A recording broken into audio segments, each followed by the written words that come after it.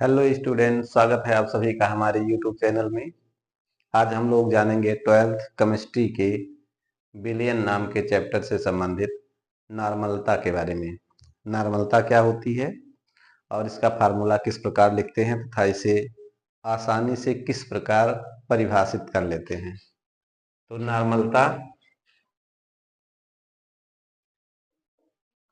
नॉर्मलता को इंग्लिश में नॉर्मलिटी कहते हैं। नॉर्मलिटी, जैसे अभी तक हम लोगों ने पीछे तमाम सारे फार्मूले और उसकी परिभाषा बनाना जाना, उसी तरह से इसका भी पहले फार्मूला लिखेंगे और उस फार्मूले से इसका किस आधार पर परिभाषा बनाते हैं, कैसे बनाते हैं, इसको जानेंगे। तो नॉर्मलता बराबर होता है, जैसे हम लोग पहले लिखते थे बिले बटे बिलियन, ऐसे ही यहां भी लिख लेते हैं बिले बटे बिलियन। अब बिले का तुल्यांक या ग्राम तुल्यांक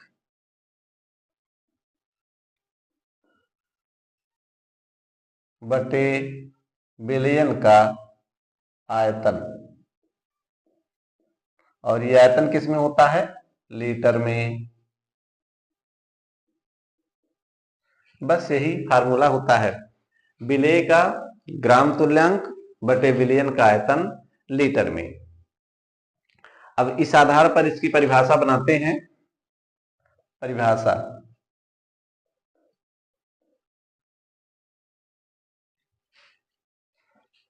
लीटर में क्या है? बिलियन का आयतन है, तो लीटर में बिलियन का जो आयतन है वो नीचे लिखा हुआ है बटे में, और जो चीज बटे में लिखा होता है उसी को प्रति पढ़ते हैं, प्रति लीटर। और प्रति का मतलब होता है 1 लीटर। तो 1 लीटर बिलियन में बिलीन बिले के ग्राम तुल्यांकों की संख्या को बिलियन की नॉर्मलता कहते हैं। 1 लीटर बिलियन में बिलीन बिले के ग्राम तुल्यांकों की संख्या को बिलियन की नॉर्मलता कहते हैं।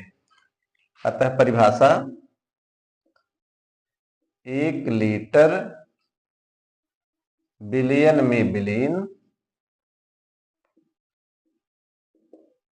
1 लीटर बिलियन में बिलीन बिलीन बिले के ग्राम तुल्यांकों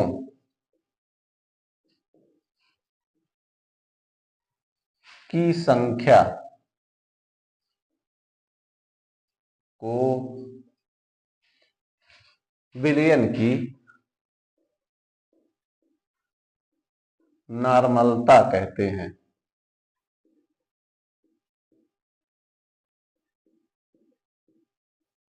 और नॉर्मलता को यन से प्रदर्शित करते हैं, इसे कैपिटल यन से प्रदर्शित करते हैं।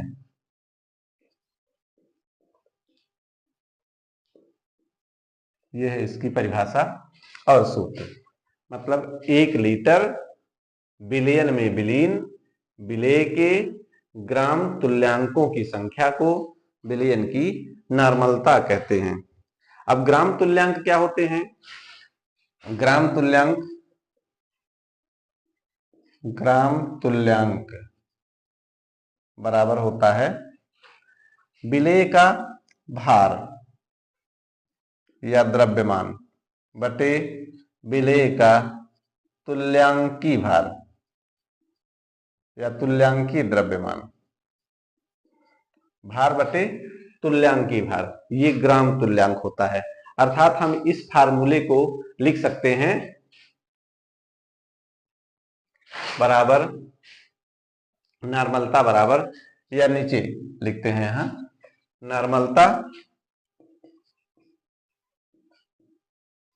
यन बराबर बिले का भार और बटे बिले का तुल्यांकी भार, बिले का तुल्यांकी भार, और इसके बटे में होगा विलयन का आयतन लीटर में। तो जब बटे में लिखेंगे तो यहां नीचे गुणे हो जाएगा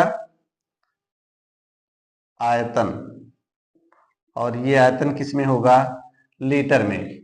लेकिन यदि आयतन को मिलीलीटर में लिखना चाहें तो आयतन को मिलीलीटर, अर्थात लीटर को मिलीलीटर में चेंज करना है। तो यहाँ मिलीलीटर में लिख दिए हैं, अर्थात मिलीलीटर को हमें लीटर में चेंज करके यहाँ लिखना रहता है। तो हम मिलीलीटर को लीटर में चेंज करने के लिए क्या करते हैं, 1000 से भाग देते हैं। तो इसमें 1000 से भाग देंगे तो फिर बटे में होगा, अर्थात ये कहाँ चला जाएगा, ऊपर, तो गुणे 1000। तो नॉर्मलता बराबर विलेय का भार बटे विलेय का तुल्यांकी भार, और ऊपर गुणे 1000 और नीचे गुणे आयतन मिलीलीटर में। ये है नॉर्मलता का फार्मूला, और ये भी है नॉर्मलता का फार्मूला, तथा ये है नॉर्मलता की परिभाषा। अब हम इसमें जानेंगे कि तुल्यांकी भार क्या होता है। तो तुल्यांकी भार सभी पदार्थों के लिए अलग अलग, जैसे मान लीजिए अम्ल है तो अम्ल का तुल्यांकी भार अलग तरीके से ज्ञात करते हैं, क्षार है तो उसका तुल्यांकी भार अलग प्रकार से ज्ञात करते हैं, लवण है तो उसका तुल्यांकी भार अलग प्रकार से ज्ञात करते हैं। इस प्रकार सभी के तुल्यांकी भार के लिए अलग अलग फार्मूले होते हैं। जैसे नंबर 1, अम्ल का तुल्यांकी भार, अम्ल का तुल्यांकी भार बराबर क्या होता है, अम्ल का अणुभार या अम्ल का मोलर द्रव्यमान, मोलर द्रव्यमान बटे अम्ल की क्षारकता।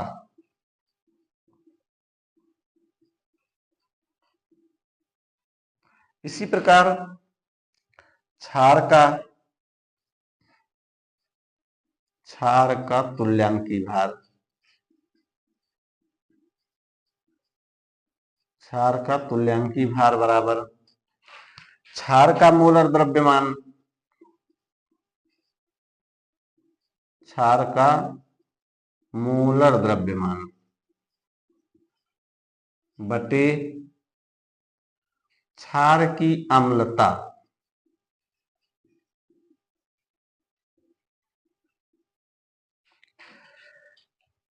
तीसरा है लवण का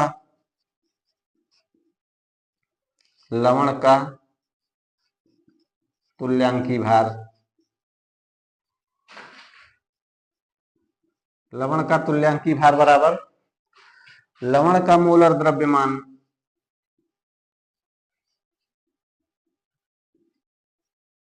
लवण का मोलर द्रव्यमान बटे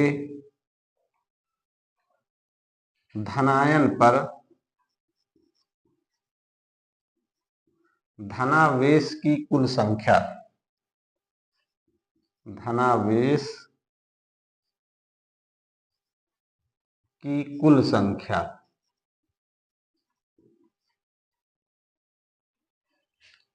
अगर मान लीजिए परमाणु है तो परमाणु का तुल्यांकी भार, परमाणु का तुल्यांकी भार, परमाणु का तुल्यांकी भार बराबर होता है परमाणु का परमाणु भार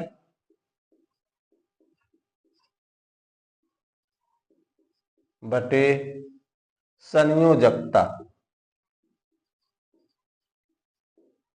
परमाणु भार बटे संयोजकता।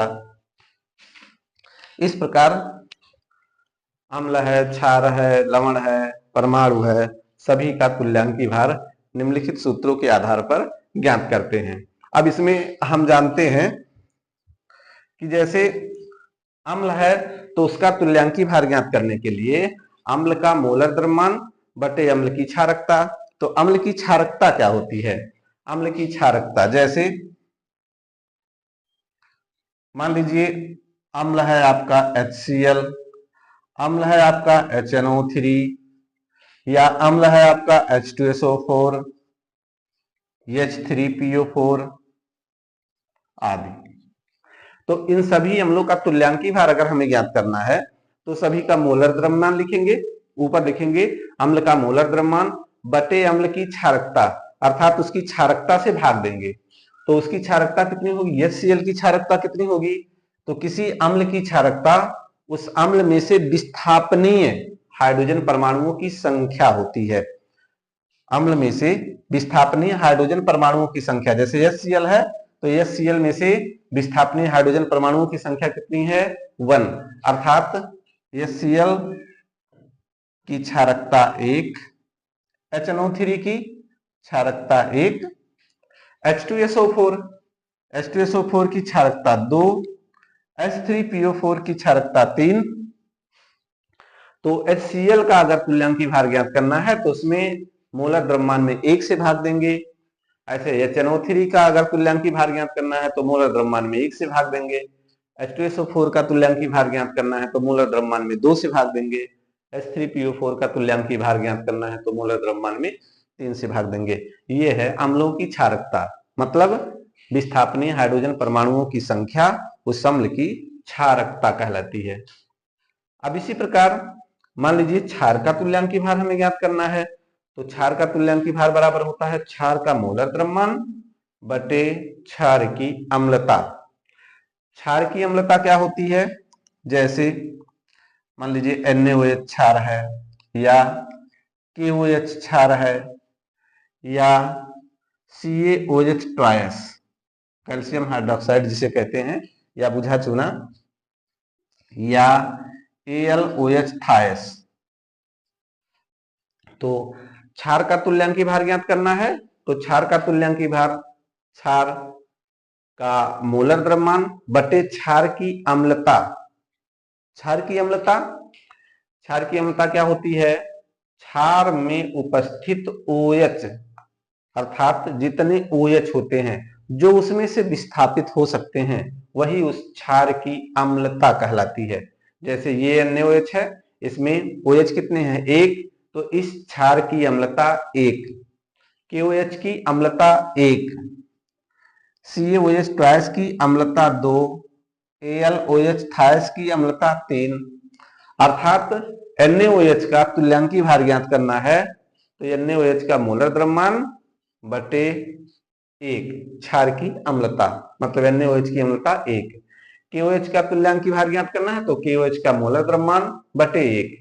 COH ट्वाइस का तुल्यांकी भार ज्ञात करना है तो COH ट्वाइस का मोलर द्रव्यमान बटे 2। ऐसे एल्यूमिनियम हाइड्रोक्साइड का अगर ज्ञात करना है तो AlOH थायस का मोलर द्रव्यमान बटे 3। ये है क्षार का तुल्यांकी भार। इसी प्रकार मान लीजिए लवण है, लवण जैसे आपका NaCl या CaSO4 आदि, इसका अगर तुल्यांकी भार ज्ञात करना है तो इसका मोलर द्रव्यमान बटे धनायन पर धनावेश की कुल संख्या, धनायन क्या होगा इसमें, Na पर 1 प्लस होगा, अर्थात इस पर धनावेश कुल कितना होगा, 1, तो इसके मोलर द्रव्यमान में कितने से भाग देना है, 1 से। ऐसे CaSO4 का अगर तुल्यांकी भार ज्ञात करना है तो Ca पर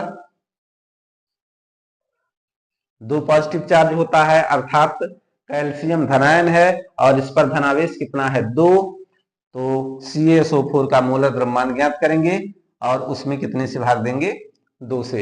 इस प्रकार लवण का तुल्यांकी भार ज्ञात करते हैं। ऐसे ही परमाणु का अगर तुल्यांकी भार ज्ञात करना है तो परमाणु का परमाणु भार और बटे आवेश की संयोजकता, उस परमाणु की संयोजकता। इस प्रकार सभी यौगिकों का या परमाणुओं का तुल्यांकी भार ज्ञात करते हैं और उसके आधार पर विलयन की नॉर्मलता ज्ञात करते हैं। अब इसमें एक शब्द और होता है, नॉर्मल विलयन। नॉर्मल विलयन किसे कहते हैं, नॉर्मल विलयन, नॉर्मल विलयन बराबर होता है नॉर्मल बिलियन को n बिलियन भी कहते हैं, और जिस बिलियन की नॉर्मलता 1 होती है, जिस बिलियन की नॉर्मलता 1 होती है उसी को ही नॉर्मल बिलियन कहते हैं। अब 1 होने का मतलब, जैसे विलेय का ग्राम तुल्यांक कितना है, 1 तुल्यांक बटे आयतन, यही इसका फार्मूला है। तुल्यांक कितना है 1 और आयतन कितना है 1 लीटर, तब उसकी नॉर्मलता कितनी आएगी 1, तो उसी को नाम देंगे नॉर्मल बिलियन। अर्थात इसको इस प्रकार से परिभाषित करते हैं कि वह बिलियन जिसके 1 लीटर में, 1 लीटर बिलियन में विलेय का 1 ग्राम तुल्यांकी द्रव्यमान घुला हो या 1 ग्राम तुल्यांक घुला हो, उसी को ही नॉर्मल बिलियन कहते हैं।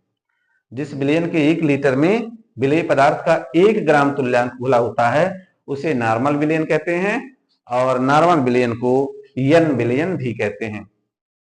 यह है आपकी नॉर्मलता और उससे संबंधित फार्मूले। नेक्स्ट अगले वीडियो में, ये वीडियो समाप्त करने से पहले बस आप लोगों से एक छोटी सी रिक्वेस्ट है कि वीडियो पसंद आए तो लाइक कमेंट शेयर जरूर करें और चैनल को सब्सक्राइब करें, जिससे अगला वीडियो आप तक पहुंच सके। धन्यवाद।